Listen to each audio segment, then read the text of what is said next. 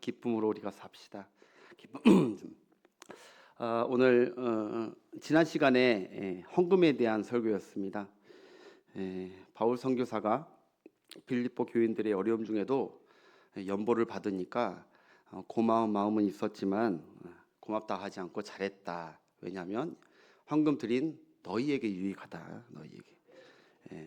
이게 이 유익하다가 이렇게 적금 붓듯이 차곡차곡 쌓는다. 이게 원어적 표현입니다. 그냥 드린 것이 하나님 받고 그냥 퉁 하는 게 아니라 그걸 하나님이 쌓아두신대요. 하나님의 나라와 복음을 위해 수고한 헌신과 헌물은 하나님께 쌓아두신답니다. 뭐다로 쌓아두고 계십니까? 나중에 더 주고. 그리고 하나님께서 지난 시간에 보니까 이 헌금은 향기로운 예물, 향기로운 향수와 같아서 하나님 너무 기뻐하신다고. 그래서 이 향기는 하나님께서 너무 맡기 좋아서 끊으시지 않으신다. 계속 향기 나게끔, 계속 헌물 드리고 계속 삶을 드리게끔 하나님께서 하실 것을 믿으십시오. 절대 손해가 아니라는 거 꼭 명심하시길 바라겠고, 그래서 우리가 지난주에 선교사님께 이 헌금 드린 거 여러분 정말 많은 기관들이 동참을 해가지고 드리는 저도 깜짝 놀랐습니다. 이 정도로 많은 액수가 전해져서 선교사님도 깜짝 놀래고, 그래서 하나님이 참 기쁘시게 받으신 향기를, 제사를 드렸다. 저도 너무 뿌듯했고, 그 말씀의 핵심은 그겁니다. 여러분들의 모든 필요와 쓸 것을 풍성히 채우실 것입니다. 믿으시고 기다리시면 다. 저도 사실 전도사 생활부터 시작한 게 아니라 저도 필리핀 가서 집사 생활부터 시작했어요. 집사로서 집사람과 같이 다니면서 평신도 사역으로 찬양도 하고 뭐 이렇게 하면서 선교에 동참하면서 집사 생활을 했는데, 집사 직분을 맡고 나서도 항상 좋은 것은 항상 하나님께 먼저 뭐 시간이든 물질이든 하려고 부족하지만 애를 썼습니다. 하여튼 그래서 목사님들이 특히 우리 가정을 조금 더 이뻐해 주셨어요. 저는 아무래도 목회자 가정이라서 그런지 몰라도 목회자의 마음, 목회하는 마음들을 좀 느낀 게 많아가지고 정말 힘든 가운데도 소갈이 많이 하시면서 하시는 것들을 보면서 이거 더 얘기하면 오해할까봐 그래서 뭐 있으면 다 선교사님만 먼저 갖다 드리고 제일 좋은 거 드리고 막 이랬는데, 돌이켜 보면은 뭐 여러 가지 내가 지금까지 받은 은혜가 여러 가지 이유가 있겠지만, 하나님의 은혜지만 그렇게 잘 섬기게 해주셔서 제 삶이 이렇게 채워지는 은혜가 있었던 것 같아요. 누구한테 돈 꿔본 적이 없습니다. 그것만 해도 감사합니다. 하여튼 나는 그걸 확실히 믿습니다. 그래서 우리 성도들도 하나님 앞에는 절대 아까워하면 안 됩니다. 복을 저는 여러분들이 많은 복 받기를 원해요.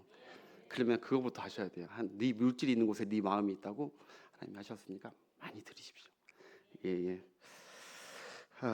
그렇게 헌금에 대한 설교를 한 후에 그 전 20절에 이렇게 끝나네요. 한번 볼까요? 20절, 하나님 곧 우리 아버지께 세세 무궁하도록 영광을 돌릴. 그러니까 헌금의 결론은 뭐냐면은 하나님께 영광이 돼야 된다는 거예요. 헌금을 드리는 것은 하나님께 영광. 우리가 영광을 돌린다 할 때 보통 우리는 이렇게 흔히 생각을 하죠. 우리가 하나님께 어떤 것을 받아야 영광을 돌리고, 뭐 좋은 일이 있어야, 자녀가 뭐 이렇게 좋은 일이 있거나 가정에 좋은 일이 있거나 사업이 뭐 잘 되거나 그러면 그 하나님께서 베푸신 거잖아요. 받은 거에 너무 감사해서, 상을 받아도 감사해서 영광 받기 때문에 그럴 때는 반드시 하나님께 영광을 돌려야 된다. 이거 너무너무 이거는 훈련은 잘 돼 있어요. 맞아요. 하나님께 받은 게 있기 때문에 마땅히 하나님께 감사하면서 하나님께 영광을 돌려야 됩니다. 그러나 받게 될 때뿐만 아니라 바울은 오늘 이렇게 얘기하는 거예요. 하나님께 받았기에 영광 돌리면 당연하지만 하나님께 드리는 자도 드리는 게 영광이다. 받는 것만 영광이 아니라 드리는 거, 헌금뿐만 아니라 다 드리는 게 영광이다. 그게 감사하는 성도, 기뻐하는 성도, 영광 돌리는 성도다. 우리가 영생의 큰 선물, 큰 복을 받았습니다. 그러니까 당연히 하나님께 영광을 돌려야죠. 자신의 독생자 아들을 주신 그분을 왜 주셨습니까? 우리에게 영생을, 그 안에 있는 영생을 주시려고. 영생을 받았기 때문에 우리는 평생 하나님께 그 받은 것에 대한 영광과 찬양을 올려드려야 됩니다. 그런데 받은 영광뿐만 아니라 생명을 주셨으니까 내 생명을 드림으로 영광을 드려야 돼요. 예, 너무너무 중요한 거예요. 한 끗 차이지만 하나님은 주면서 준 거 고맙습니다, 영광 받는 법만 원하시지 않고 받은 것을 다시 하나님께 드리면서 영광 돌리기 원하신다는 거죠. 여러분, 하나님께 물질을 받으셨으면 하나님께 영광을 돌리셔야 돼요. 그러나 하나님이 더 원하시는 것은 그 물질을 하나님께 드림으로 영광을 돌리기 원한다. 우리가 하나님께 은사를 받았습니다. 각자 그 은사 주신 것, 누구는 공부를 잘하고 누구는 뭘 잘하고 누구는 예쁜 얼굴이 있고 여러 가지 은사 주신 하나님께 감사하지만 받고 그 영광 돌림으로 끝나는 것이 아니라 내 이 주신 것으로 교회와 복음과 하나님을 위해서 드릴 때 하나님이 큰 영광을 받으신다는 거예요. 그게 100% 완벽한 영광입니다. 반쪽 영광이 아니라. 우리가 여러분 집을 받으셨으면, 일터를 받았으면 하나님께 감사와 영광 돌리는데 더 원하는 것은 그 일터를 통하여 그 일터 가운데서 그 집을 하나님께 베델처럼 하나님께 드리는 거예요. 거기서 이 집이 하나님 그냥 막 세상 사람처럼 사는 것이 아니라, 장사하는 것이 아니라 이것을 통해서 하나님께 영광을 돌리길 원해서 기도하면서 거룩하고 정직하게 말씀대로 그렇게 장사하고 집안을 그렇게 했을 때, 예배 처소로 했을 때 하나님이 받으시고 더 큰 영광을 받으신 줄 믿습니다. 드릴 때 영광. 자식을 받았으면 하나님께 마땅히 감사와 영광을 돌려야죠. 그러면 무슨 말인지 아시겠죠? 그 다음에 받은 거 너무 감사. 요새 아이 그 임신하는 게 얼마나 힘든지 여러분 다 아실 거예요. 받으면 생명이 하나님께 있으니까 그 생명 받으면 너무 감사해서 우리 가족의 또 하나의 생명을 보배를 주셨기 때문에 감사 영광을 돌려야 되는데, 그리고 나서 이제 내 거야 그게 아니라 이 자식이 한나처럼, 한나가 자식 사무엘을 하나님께 드렸을 때 하나님께서 영광 받으시고 그 자식을 통하여 하나님의 뜻을 펼쳐나가십니다. 자식은 우리에게 관리하라고 주신 게 아니라 하나님께 드리라고 주신 것입니다. 신앙으로 잘 양육해서 하나님의 사람으로 드리라고. 사무엘처럼, 한나가 그랬듯이. 여러분, 매일 하루라는 선물도 우리가 하나님께 받으며 살아가는 것이죠. 하루를 주신 하나님께 영광 돌리고 감사하는 거 좋습니다. 그러나 하나님께서 더 원하신 게 뭐라고요? 그 하루를 하나님께 드리는 삶, 영광을 드릴 삶. 말도 행함과 생각이나 모든 것이 더럽혀지지 않고 이 하루를 주신 하루를 하나님의 영광을 위해서 그리스도의 형상을 닮아서 사랑하고 베풀면서 살길 할 때 하나님이 그 삶을 통하여 영광을 받으십니다. 여러분, 오병이어를 주님께 드린 어린아이, 주님께서 대신 축사해서 영광 올려드리십니다. 드렸을 때 어린아이가 못하니까. 향후 옥합을 드린 여인을 기억하십시오. 그랬을 때 주님이 뭐 이런 거 같이 주냐, 너 준 건데 네가 갖고 있지, 이러지 않았어요. 주님의 영광을 위해, 주님을 사랑하는 마음으로 그 준 것을 다시 드렸을 때 하나님이 큰 영광, 우리 주님이 크게 기뻐하신 줄 믿습니다. 우리 예수님도 여러분 자신을 하나님께 드리며 사셨습니다. 하나님께 가장 큰, 그래서 영광을 올려드린 분이 우리 예수님이십니다. 그래서 여러분, 처음에 이게 너무 중요한 것 같아요. 이게 한 달락이 그냥 우리가 흔히 하는 이 구절이라 지나칠 수 있지만, 하나님께 영광을 돌리라. 그것은 우리가 주신 것 중에 다 하나님 것이지만 할 수 있는 대로 하나님께 드리면서 영광 돌리면서 살려는 우리의 멋진 신앙이 되시길 바라겠습니다. 올 한 해도 여러 가지를 주신 하나님께 감사 영광 돌리며 마무리하십시오. 한 해 동안 주신 것들 하나님을 위해 드리게 해주신 것도 다 영광이죠. 내년에도 받을 감사, 받을 영광만 추구하지 마시고 스타트부터 내가 첫날부터 하나님 위해 무언가를 드리리라, 주신 것 중에 그렇게 시작하시는, 하나님의 영광만을 추구하는, 먹든지 마시든지 무엇을 하든지 주님의 영광을 추구하는 여러분과 우리 교회가 되기를 축복합니다. 자, 바울이 이렇게 해서 이제 바울 서신을 이제 오늘 마무리하게 되는데, 그냥 마친 게 아니라 오늘 본문에 보니까 그리스도인들은 서로 무난해야 됨을 이제 밝히고 있습니다. 문안은 안부를 묻는 것이고요, 축복하는 것이고요, 그리고 살피는 것이죠. 예. 가족과 같이 우리가 자식을 계속 문안을 궁금해하듯이 살피고 챙기고 하듯이 서로 주 안에서 하나 되었기 때문에 이제 한 공동체고 한 지체이기 때문에 그래서 서로 무난합니다. 그것이 기쁨의 삶이고 그것이 하나님이 바라는 삶이다. 문안 How are you 하는 것입니다. 영어로 How are you?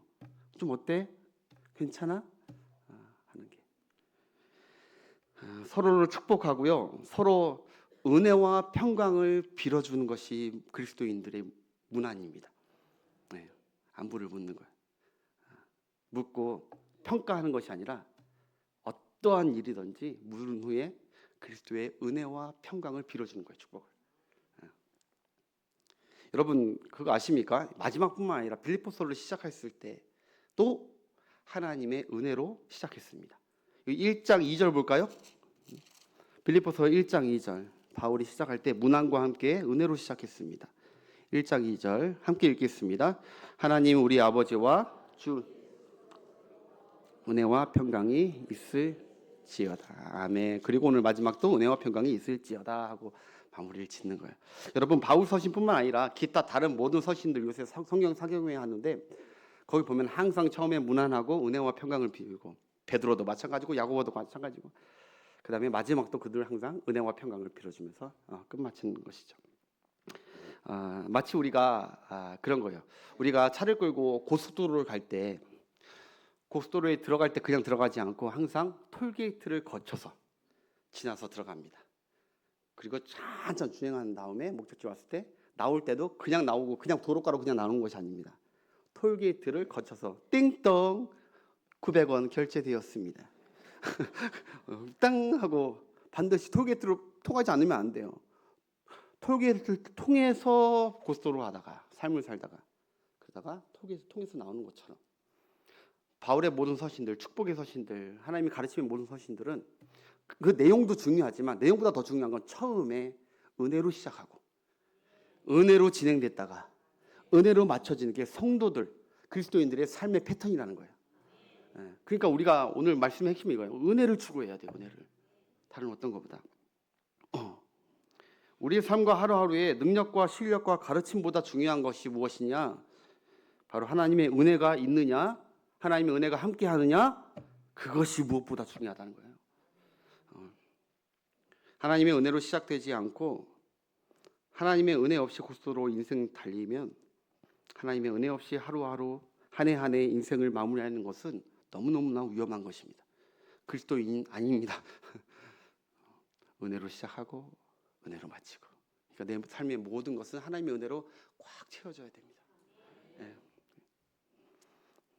그러므로 여러분 우리의 소원과 기도는 하나님 제 삶에 우리 가정에 하나님의 은혜가 끊기지 않게 하옵소서. 수도꼭지에 물이 흘러나오듯이 강물이 줄기가 계속 흘러나오듯이 하나님의 은혜가 멈추지 않게 하옵소서. 문제가 멈추지 않게 하옵소서가 아니에요. 문제가 있을 수 있어요. 그러나 하나님의 은혜가 있으면 문제는 없어지게 되는 거예요. 은혜가 중요한 거예요. 은혜. 문제가 있고 없고가 중요한 게 아니라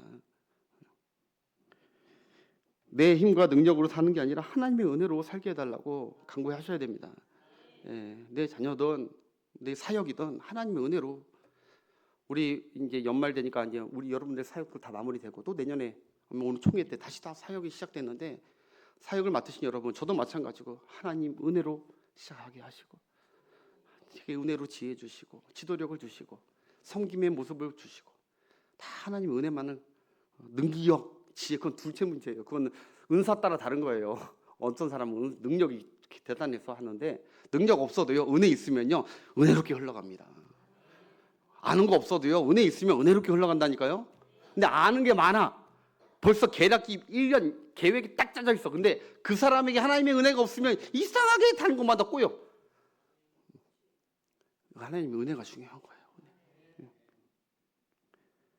여러분 바울이 하나님의 은혜로 시작하고 은혜로 살다가 은혜로 마쳤듯이 우리의 삶도 예수 그리스도 안에서 그 은혜를 깨닫고 잊지 않고 은혜를 갈망하는 그런 삶이 되게 달라고 기도하는 여러분 되었으면 좋겠습니다. 또 오늘 문안이라는 말에 서로 성도로 부름받은 우리 형제 자매를 이거 대하고 문안할 때마다 다른 여러 말보다, 여러분 성도들 가운데 다른 여러 말보다 하나님의 은혜가 우리 집사님에게 함께하길 원합니다. 그게 제일 좋은 문안입니다. 하나님의 은혜가 우리 장로님과 늘 함께하길 소망합니다. 장로님, 아멘. 네, 그렇게 늘. 장로님 요즘 어떠세요? 라고 묻고 하와이 묻은 다음에 그러면 여러 가지 이야기가 나오겠지만 다 들으신 후에 쉽지 않은 날들이지만 그래도 하나님의 은혜가 장로님과 함께 하실 줄 믿습니다. 제가 은혜가 함께 하길 기도하겠습니다. 그것처럼 힘이 나는 말씀 없습니다.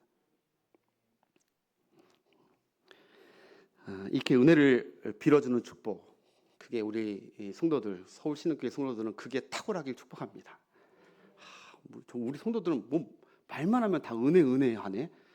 그게 여러분 놀림이 아니에요. 그게 다른 사람들, 믿지 않는 사람들은 뭐 맨날 은혜가 뭔지, 은행도 아니고 은혜가 뭔지, 나는 은행이 좋은데 뭐 그렇게 막 신경 쓰지 말고 우리 무조건 하나님의 은혜. 여러분 생각해 보세요. 사울 왕과 다윗 왕의 차이가 무엇이었을까? 여러 가지가 있겠지만 근본적인 차이가 무엇이었을까? 여러분 사울 왕과 다윗 왕 둘 다 똑같이 처음에 은혜로 시작합니다. 그들이 왕이 될 제목들이 아닙니다. 자신들도 고백합니다. 난 왕이 될 제목이 아니라는 걸. 오로지 하나님의 은혜였습니다. 은혜로 스타트 기름 부음 받고 시작합니다. 그러나 사울은 시작만 은혜였습니다. 시작만. 그러나 다윗 왕은요, 끝까지 하나님의 은혜가 다윗과 함께합니다. 하나님의 은혜죠. 심지어 여러분 다윗의 백성들도 늘 다윗을 향해 시편 보면요, 우리 왕에게 하나님의 은혜가 있을지어다 문안하고 축복하며 하나님의 은혜를 빌어줬습니다. 네. 그러니까 늘 그 나라가 은혜가 있고 승리가 있고, 할렐루야. 은혜가 중요한 거죠. 여러분 주변 사람들하고 은혜 얘기 많이 하십시오. 그리고 오늘 보니까 성도들 간에 서로 문안하라고 하니까 여러분 너무 불신자들과 전도를 위해서는 만나야겠지만 너무 가깝게 지나는 것도 은혜에서 떨어지는 삶입니다. 하나님의 은혜가 있는 예수 그리스도 안에서 은혜가 있는 사람들과 계속 같이 있어야 여러분의 삶이 은혜로울 것입니다. 여러분 요즘 새벽 우리 말씀이 본문 말씀이 욥기서거든요.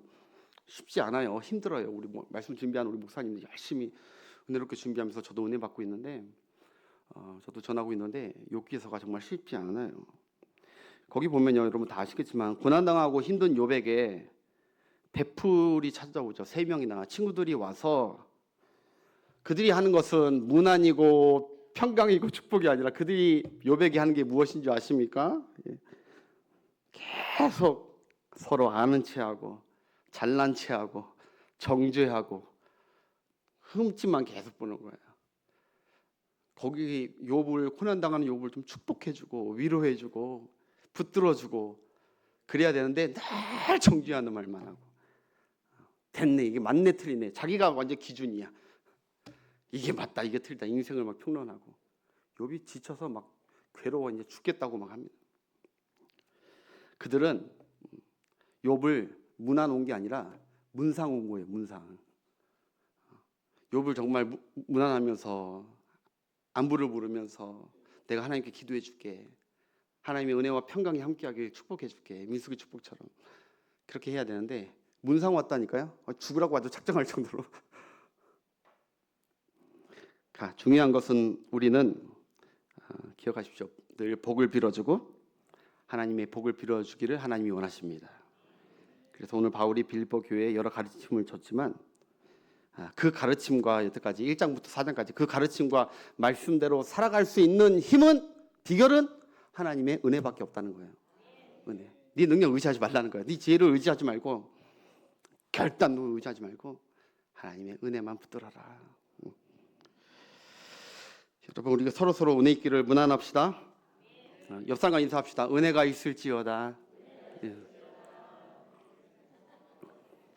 찬양 중에 이런 찬양이 있어요. 은혜와 평강이 있기를 원하네. 하나님 아버지와 주 예수로부터. 찬양 한번 해야겠다. 찬양 가사가 너무 좋아요.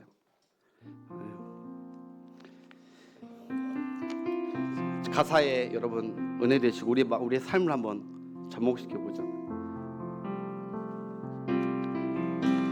짙은 안개 가릴 때, 긴 터널을 지날 때 이 노래를 불러봅니다. 삶의 무게 힘들 때, 두려움이 커질 때 이 노래를 불러봅니다. 은혜와 평강이 있기를 원하네. 하나님 아버지와 주 예수로부터 은혜와 평강이 있기를 원하네. 나를 향한 놀라운 축복, 너를 향한 놀라운 축복. 할렐루야. 힘들어하는 자녀들이 있습니까? 지친 남편이 있습니까? 아니면 내 심령이 너무 힘듭니까? 주여, 하나님의 은혜와 평강이 나를 덮어주옵소서. 내 자녀를 덮어주옵소서. 붙들어주옵소서. 은혜와 평강. 그러면서 오늘 본문 보시다. 21절부터 23절 계속 무난하라고 이제 3번 나옵니다. 21절부터 23절까지 함께 읽겠습니다.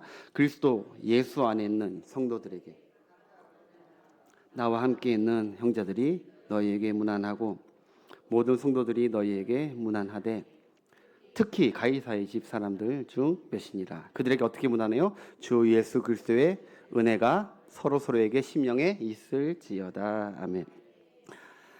문안하라는 거예요. 힘들지만, 이렇게 믿음으로 지켜가기 힘들지만, 서로 마음 안 맞는 게 많지만 문안하라.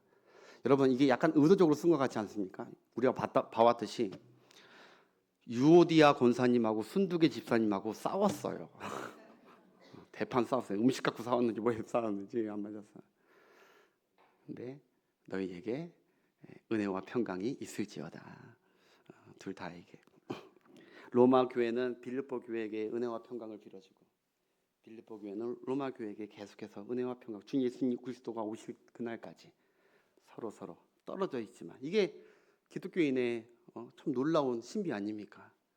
희한하게 아무 얼굴 색깔도 모르고 다 모르는 사람인데 예수님 믿는, 예배 드리는 그 장소에서는 다 서로 한 가족 같고 챙겨주고. 여러분, 그래서 성경은 서로 문안하라고 합니다. 서로 문안하는 성도들의 교회가, 서로 문안하는 성도들의 가정이 하나님의 은혜가 지속될 수 있습니다. God bless you 하면서 계속 문안해요. 한 해 동안 각자 어렵고 힘든 상황 속에서도 여러분, 우리가 다 믿음을 지켜가고, 또 교회와 복음을 위해 힘쓴 여러분 옆에 있는 그 동역자들로부터 먼저 서로 위로하고 안부를 물어주십시오. 어떠냐고. 힘들지만 그리스도의 은혜와 평강이 당신의 삶에 넘칠 것입니다. 선포하시고. 이 연말에 주님이 원하시는 것은 바로 서로 문안하고 은혜와 평강을 빌어주는 것이죠. 복음 말씀만 하나님께서 막 선포되고 원하는 게 아니라, 한 해 동안 힘쓰고 애쓴 나의 사랑하는 자녀들에게 하나님의 말씀으로 위로하시고 문안하고. 그래서 여러분, 문안은 여기까지만 얘기할 텐데, 왜냐하면 내일 모레 주일날 우리 모든 성도들을 제게 주신 말씀이 있어서 문안하려고 합니다. 하나님의 말씀으로 문안 받으시길, 그리고 서로 문안하는 행복한 주일 되시길 바라겠습니다. 아무튼 그런 와중에 오늘 본문에 특별히 눈에 띄는 부류가 나왔어요. 다른 동역자들이나 이런 사람 서로 문안하라 이건 됐는데, 오늘 보니까 가이사의 집 사람들이 너희에게 문안하느니라 이렇게 나와요. 가이사의 집. 여러분, 가이사의 집이 어떤 집이죠? 가이사가 누구죠? 로마 황제예요. 로마 황제를 통칭해서 가이사라고 합니다. 근데 이 당시에 주후 61년, 62년도에 로마의 황제는 네로입니다. 네로가 기독교 극렬 박해자, 이 네로가 제정신 아닌 악명 높은 이 네로 왕, 거기 안에 이 집에 있는 사람들이 너희들에게 문안한다는 말은 한마디로 그 집 안에서 예수님을 주로 영접한 사람이 생겼다는 거예요. 그래서 빌립보 사람들에게 힘과 위로를 지금 바울이 주는 거예요. 하나님의 복음은 가이사의 집도 뚫고 들어간다. 그리고 우리는 복음을 위해서 살아야 된다. 네로 안에 있는 사람들이 그 노예인지 뭐 가족인지 측근 관료들인지 이건 불투명합니다. 그러나 기억해야 될 것은 절대로 안 들어갈 것 같은 그들 집 중에 복음이 들어가는 역사가 일어났다는 것이죠. 여러분 기억하십시오. 하나님의 복음은 어떤 장벽도 뚫을 수 있습니다. 하나님의 복음은 주님의 보혈의 그 피 묻은 복음은 침투력과 확장력이 있어서 어떤 것도 다 마귀의 어떤 결박도 다 치고 들어가서 생명으로 다 살리고 가족을 너와 내 집이 구원시키는 역사를 일으키신 줄 믿습니다. 여러분 그렇기 때문에 복음을 끝까지 신뢰하고 붙들라고 지금 바울이 권면하는 거예요. 의도적으로 쓴 것이죠. 핍박의 시대에 아마도 빌립보 교인들이 이 말씀이 큰 위로와 힘이 되었을 것입니다. 우리가 엊그저께 지난 오후 예배 때도 무슬림의 그 강팍한 무슬림의 예수 믿는 사람들이나 김선일 전도사나 이런 사람들을 다 잡아 죽이는 거기에 어마어마하게 지금 복음이 침투에 들어가고 있고 생명 사역이 활발하게 일어났다는 것은 우리에게 얼마나 같은 믿는 자로서 얼마나 큰 힘과 위로가 됩니까? 그렇죠, 여러분. 예. 여러분 중국이 1966년도에 모태똥이 그때 모태똥 왕이에요, 총재예요, 뭐예요? 모태똥 아시죠? 모태 먹은 모태똥. 그때 모태똥이 10년간 기독교 그 당시만 해도 선교사님들이 있었고 교회들이 있었거든요. 많아 기독교 학교들도 선교사님들이 많이 세웠어요. 근데 모태똥이 10년간 11년입니다. 정확히 얘기하면 11년간 기독교 탄압을 강행합니다. 선교사들 다 쫓아버리고 그리고 학교나 모든 것들 다 빼앗아 버립니다. 갈취죠. 그래서 이 땅에 기독교를 완전히 박멸시켜 버리겠다고 공권력을 다 투입해가지고 그래서 세계 주변에 많은 기독교 국가들이 미국이나 이런 데들이 거기는 기독교가 이제 끝날 것 같다. 워낙 강해가지고. 근데 여러분 10년 후에 뚜껑을 열어보니까 기독교 인구가 3배가 늘었습니다. 3배가. 그 핍박받았던 그 중국인들이 지하교회를 다 들어가고 가정이 몰래 그래서 끝까지 신앙을 지키면서 그런데 그 사람들이 유지하고 핍박을 견디는 게 아니라 하나님의 복음과 하나님의 능력이 그들을 붙들고 있었던 것이죠. 복음은 계속 생명력으로 확산되게끔. 뚜껑 열어보니까 기독교 중국에 없을 것 같은데 3배가 늘어났다니까요. 앞으로 성경학자들이 그런 예언을 합니다. 2030년에 앞으로 5년 후죠. 아마 중국이 세계 모든 나라보다 기독교 인구가 제일 많을 것이다. 할렐루야. 여러분 하나님의 복음은 가이사의 집이든 공산주의든 저 북한 땅이든 하나님의 주권에 있는 줄 믿습니다. 여전히 하나님의 복음은 살아있어요. 예. 그 복음을 놓지 마십시오. 그 신앙을 놓지 마십시오. 핍박이 온다 해도 신앙 놓지 마십시오. 하나님의 은혜가 계속 머물게 해달라고 구하셔야 됩니다. 앞으로 다가올 핍박이 있을 것입니다. 복음 붙드시고 은혜 붙드십시오. 여러분 만약에 여러분 우리 집이 몇 대째 불교 집안이고 제사 많이 드리는데 그런데 그 집안에서 내가 예수 믿게 됐다? 여러분 그거는 가이사의 집 안에 예수 믿게 된 것과 우리 집에 예수 믿게 된 것이 똑같은 거예요. 가이사의 집에 예수 믿게 된 것은 와 놀래고 내가 우리 불교 집안에서 예수 믿게 된 것은 뭐 어쩌다가 내가 좀 교회 생활 잘 하다 보니까 누구 따라가는 가 됐겠지. 천만의 말씀이에요. 우리 집에 강렬하게 오래전부터 수많은 제사들과 조상 황제 그게 우리 집안에 가이사 황제 아니라 조상 황제가 우리 집안에 있었는데 우상 덩어리들이 있었는데 그러면서 사람들이 가족들이 하나님이 어딨어? 예수가 누구야? 교회 다니면 죽어. 그랬던 집안에 내가 예수 믿고 우리 집안이 예수 믿게 됐다는 것은 이 시대에도 여전히 가이사 집안에 하나님의 복음이 들어가고 있다는 거예요. 그 은혜를 알라는 거예요. 너희들이 잘나서 된 것이 아니라 복음의 능력이라는 것이죠. 그게 바로 하나님의 기적 아닌가요? 그게 바로 하나님의 은혜 아닌가요? 예. 예수 믿고 교회 다니고. 아마 여기 이런 간증하라고 하면은 여러분 여기서 다 나와서 간증할 분들이 많을 거예요. 우리 집안이 예수 믿을 만한 집안이어서 믿었다 하는 분들 별로 없을 거예요. 올라가다 보면 예수 절대 안 믿을 집안인데 어떻게 여차여차 하다니 하나님께서 내게 복음이 들려지게 하고 예수 믿게 하고 주의 사역 감당하고 사모, 그게 제 아내 아닙니까? 제 아내 집안 얘기해서 그런데 강원도 저기 산골 위에서 한번 갔는데 거기에 우리 장인 어르신이 제사를, 막내인데 형제들이 다 돌아가시고 막내들 제사를 1년에 엄청 많이 드리는 거예요. 그리고 막 묘지마다 뭘 박아놓고 막 그 아시죠? 난 잘 모르겠는데 늘 어둡고 그런 어쩔 수 없는 집안에 하나님이 한 여인을 택하셔서 복음이 들어가게 하시고 심지어 그가 주의 사역을 감당하고 목회를 돕는 사모가 되게 하셨다는 거. 가이사 집에 임한 하나님의 복음의 능력. 우리가 구원받는 거 당연하게 생각하면 안 돼요. 당연하게.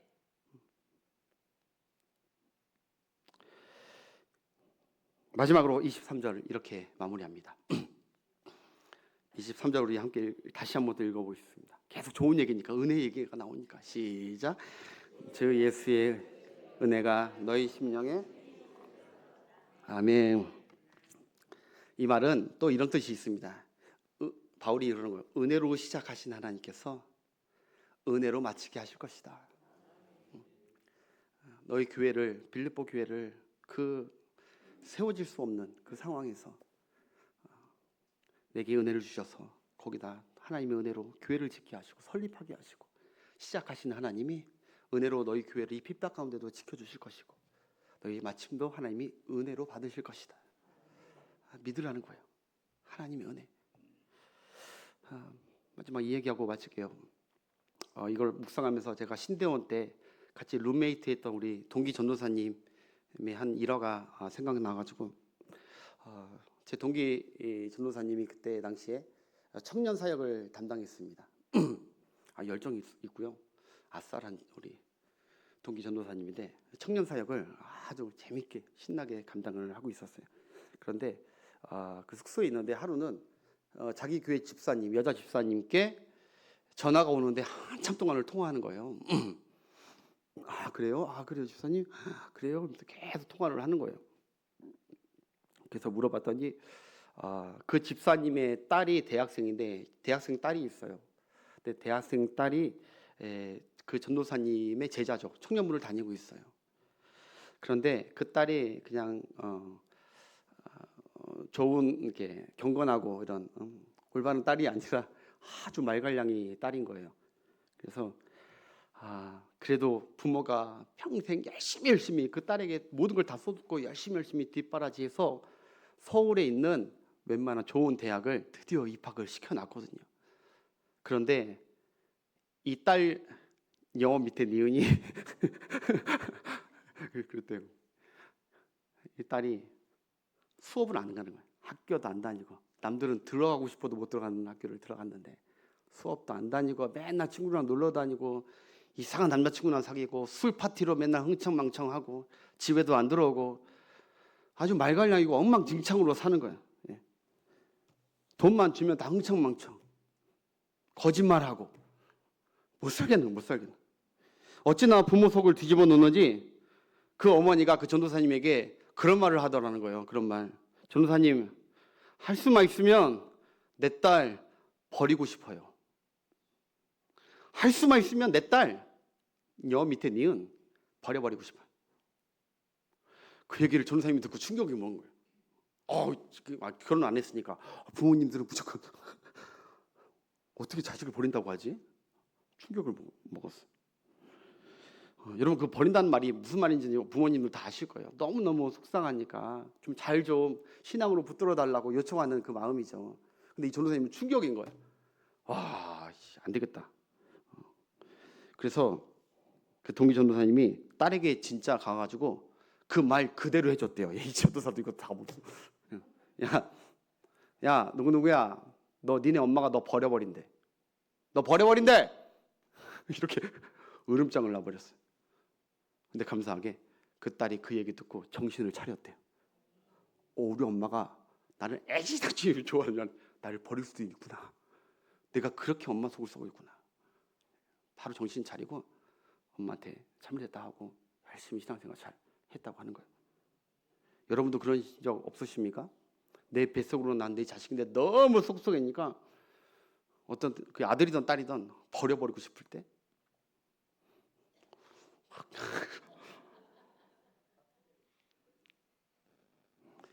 그래서 그 동기 전도사님이 너무 획기적이어가지고 이 얘기를 집에 가가지고 자기 아버지한테 얘기했대요. 아빠, 우리 여기 내가 사역하는 그 중에 그 엄마가 있는데 엄마 집사님이 자기 딸이 하도 속속이니까 이래저래니까 확 버려버리고 싶다고 했대. 그러니까 그 아빠가 뭐라고 하는 줄 아십니까? 야, 그건 약과다. 난 너 죽이고 싶었다. 나는 너 죽이고 싶었다. 그래서 나도 한참 웃었어. 왜냐면 젊었을 때요, 학창 시절 때 아주 현란하게 살았더라고.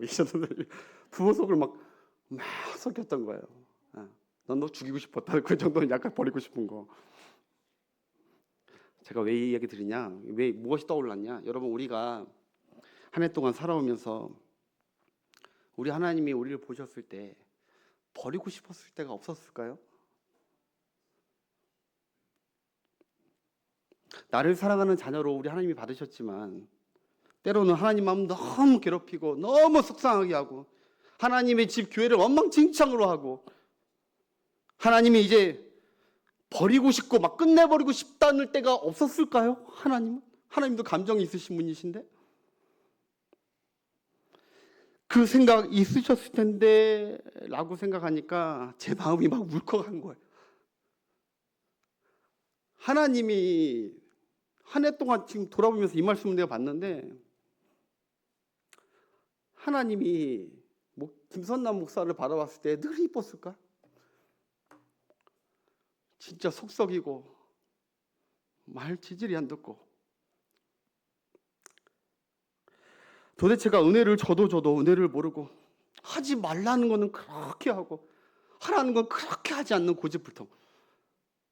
하나님이 보셨을 때 확 버려보고 싶고 확 관둬버리고 확 끝내버리고 싶을 적이 없었을까요? 하나님. 오늘 근데 여러분 은혜가 무엇입니까? 오늘 이 연말까지 오늘 내가 그리고 여러분이 이 자리에 있게 된 것이 하나님의 은혜 아니고는 설명이 안 된다는 거예요. 하나님의 은혜 아니고 내가 뭐 잘나가지고 대단해. 여기서 하나님 앞에서 내가 완전하다는 사람이 여기 누가 한 사람도 있습니까? 내가 내 삶을 아는데 끝내버리고 싶고 이제 장로고 목사고 뭐고 사역 내려놓게 하고 싶은 데가 한두 번이 아닌데 그렇게 또 끙끙대고 투덜투덜 하면서 다 은혜를 주고 있는데도 그것도 모르고 내가 잘나서 잘하는 줄 알고 내 건강도 내가 잘나서 관리 잘해서 내가 건강한 줄 알고 여러분 인간이요 신경세포 하나 건들면 평생 마비로 살아야 돼요. 하나님이 그러고 싶을 때가 없었을까요? 우리가 살아가면서 수많은 교통사고가 많고 수많은 질병이 많고 스쳐 지나간 여러분 사기꾼들과 우리 자녀가 밖에 나갔을 때 스쳐 지나간 사람들 중에 악한 자들이 없었을까요? 그래서 평안히 이렇게 돌아왔을까? 순간순간 우리 하나님께서 지속해 주신 하나님의 은혜인 줄 잊지 맙시다. 하나님이 여러 어려움들을 다 막아주시고 지켜주신 은혜인데 그걸 깨닫지 못하고 내 능력인 마냥 아직도 한다면 하나님께 배은망덕인 것이죠. 은혜를 모르는 배은망덕. 아까 그 어머니처럼 그렇게 말이 다 해주고 다 해주는데도 하는 그 자녀를 봤을 때 근데 확 버리고 끝내고 싶어도 은혜로 시작하셨기에 은혜로 마치려는 것이 하나님의 의지고 은혜인 줄 믿습니다. 그 그 은혜를 잊지 말라고요. 그 은혜를 잊어버리면 기쁨이고 뭐고 다 사. 말씀해 줄게요. 내가 오늘날까지 이 자리에 있고 일상을 유지하는 거 은혜 외에는 다른 것으로 설명이 없다. 오늘도 무엇을 구하기 이전에 구할 거 구해야죠. 하나님의 은혜가 내게 있음을 감사하면서 그 은혜가 내가 잘나서 여기까지 온, 내가 열심히 수고해서 여기까지 온 것이 아니라 하나님의 은혜로 내가 오늘 이 자리에 있었다. 우리 집안이 하나님의 복음을 받고 내가 이 집안 가이사 집안에서 예수 믿게 된 거 하나님의 은혜고 평생 찬양하리라. 그리고 그 복음은 영원히 멈추지 않고, 그렇기 때문에 우리가 전도하면서 우리 가정을 복음화로 이루어 나가는데 여러분의 모든 삶을 다 들이시는 여러분 되시길 축복하겠습니다.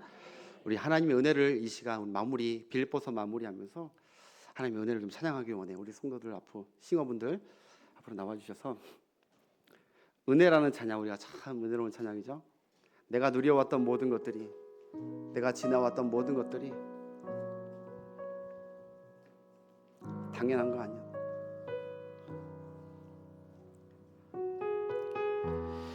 이렇게 찬양하고 기도하겠습니다.